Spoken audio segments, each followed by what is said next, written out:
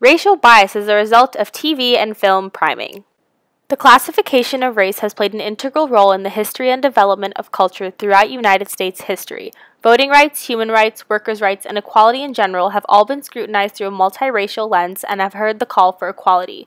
However, despite claims of progress, there is no doubt of continued inequality between races in the United States. This issue has been particularly paramount as a result of the high-profile examples of racial conflict. As such, it makes sense that racial bias and discrimination have now become a hotly debated and highly considered issue. While the true source of this inequality is a vastly complex issue, the role of media, film, and television in influencing and shaping cultural biases is a tangible area for study and future improvement.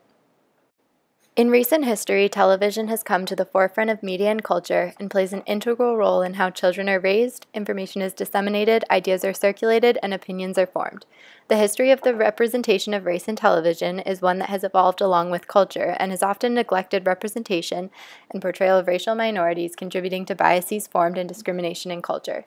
The lack of representation can be attributed to systemic inequality and cultural bias, which has created an imbalance in power in the entertainment industry and a perpetuation of the biases that have pervaded society. The lack of diversity in Hollywood is well documented. A Washington Post analysis of the 2015 Academy of Motion Picture Arts found that the group is 89% male and 84% white. This discrepancy is the result of financial inequality and implicit biases creating an imbalance of power between the races and genders, for example, whitewashing. It is not difficult to conclude from these numbers that the narratives are most often portrayed in television and film are just as lacking in diversity.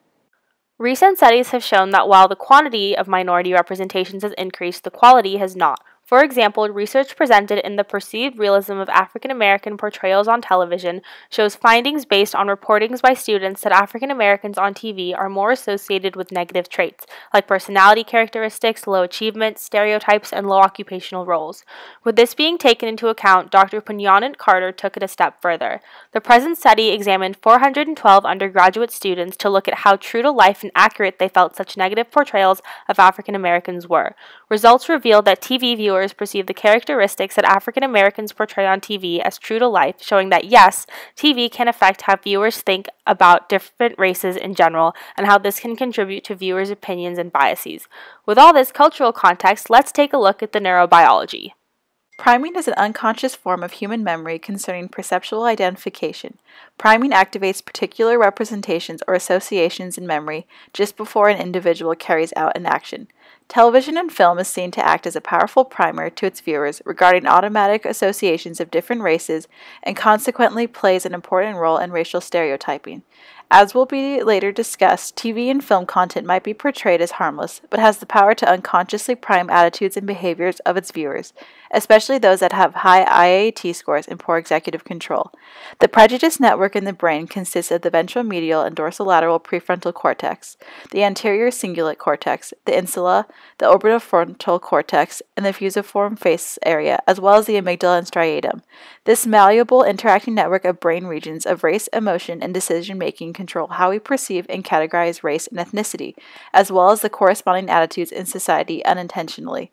In determining how social categories of race and ethnicity are processed, evaluated, and incorporated in decision-making, specific brain regions in the prejudice neurocircuitry will be examined. It is important to note that there is a bias in scientific research on race and prejudice with a focus on black and white categories.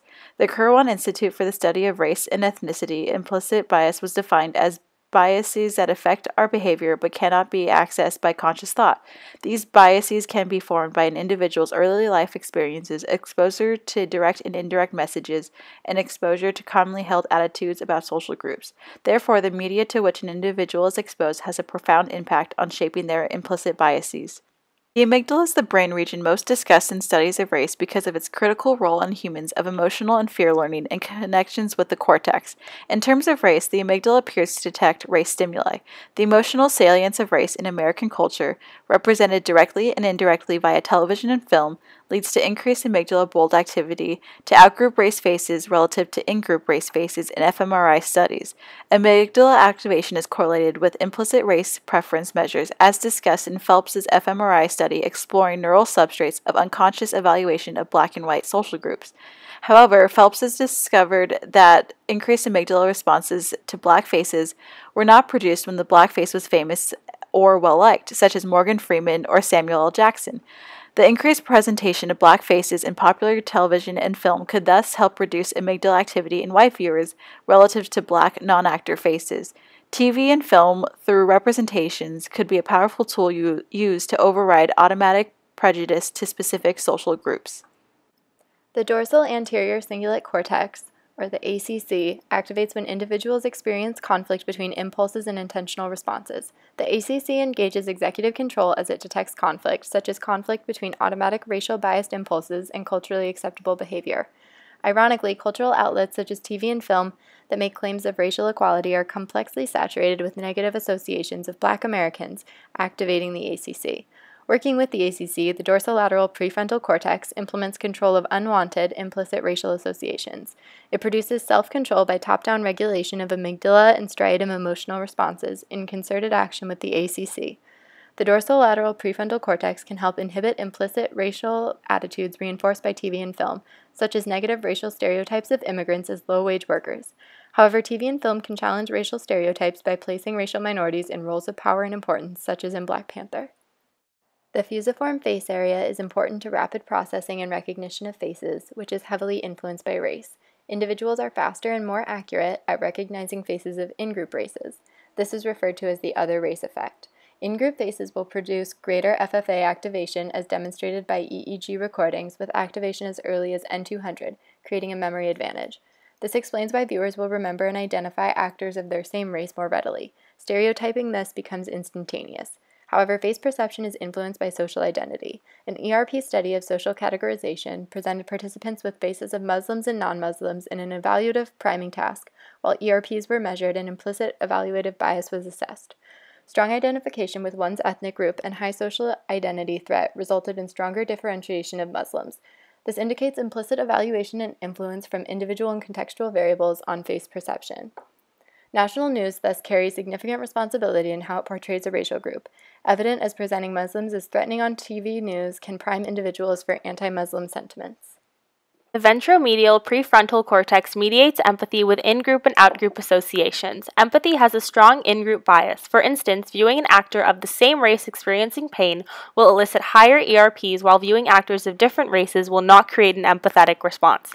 Yet, in-group bias and interpersonal empathy and sensitivity can be reduced or eliminated by artificially changing group affiliation, as shown in the experiment done in 2018 by Hahn. This study demonstrated that simply assigning people regardless of race to the same team, indicated by shirt color, actually increased same-group affiliation and neural signatures of empathy. With this finding, eliminating culturally constructed in-group and out-group phenomena can serve to eliminate racial biases and attitudes as well. A main way we as a culture can go about doing this is by depicting similar experiences, identifications, and interests among all races on TV to promote integration of culture and equality of different racial identities. An additional experiment used immersive virtual reality to create the illusion in subjects that they had the body of a different race. White participants in a virtual black body treated black as their novel in-group and whites as their novel out-group. The reversal of in-group bias effect was obtained regardless of the participants' IAT score. The findings of this experiment provide avenues through which to use TV and film and subjective point-of-view camera techniques to manipulate negative in-group biases and positively alter interracial interactions in the real world. Visual perception, which uses top-down and bottom-up processing, is inherently biased. Expectations, beliefs, memory, and other mental processes act on identification and recognition beyond simple environmental stimuli. The visual cortex of white participants have been shown to increase in activity and to increase in communication, with the amygdala disproportionately so among individuals with higher pro-white IAT scores. An experiment using police officers and undergraduate participants showed the black faces influenced participants' ability to spontaneously detect degraded images of crime-relevant objects. The study reflected the degree to which a social group member is physically representative of the social group. TV and film representations of different races can therefore strongly influence decision-making and behavior regarding racial attitudes by visually tuning perceptions of a social group. Seeing is not stereotyping. A recent experiment has shown that stereotyping and social categorization are functionally independent and not necessarily a direct result of social categorization. The study had participants perform a sequential priming task while either explicitly attending to the race of face primes or directing attention away from their semantic nature. While race perception occurred in both tasks, implicit stereotyping only occurred when attention is directed to the race of the face primes. The dissociation between perceptual encoding of race and subsequent activation of associated stereotypes indicate that stereotypes are affected by other enabling circumstances, such as presentations of race on screen. TV and film can take advantage of this dissociation to present different racial groups without associating negative stereotypes. Now that we have a neurobiological background, let's look deeper at TV and film's racial relevance and implications to society. How the media portrays racial politics and interactions has immense effects on our everyday lives as experienced by the various studies presented. For example, children in the U.S. are raised with TV as a main form of entertainment. What they see on TV is often what they perceive to be true about the real world. In a longitudinal panel study done by Martins and Harrison, they looked at white and black pre-adolescent children to assess the long-term effects of TV on self-esteem. What they found was that TV exposure predicted a decrease in self-esteem for white girls, and black boys, and an increase in self-esteem among white boys. These findings draw attention to the issue with the images portrayed that create and reinforce racial biases and stereotypes. Instead of minimizing discrimination, TV has historically reinforced already ingrained biases, causing greater divide between different ethnicities. As a result of the images presented by the media, even minorities view white individuals as better and prettier, a finding studied with the doll test done by Kenneth and Mamie Clark in the 1940s.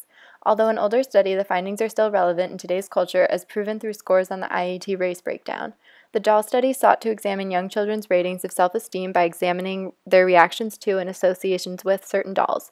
As a result of cultural depictions of beauty, white dolls were more strongly associated with beauty across all races. This study and the IAT results are evidence for how self-image is distorted by lack of healthy and accurate representations in mass culture, especially on screen.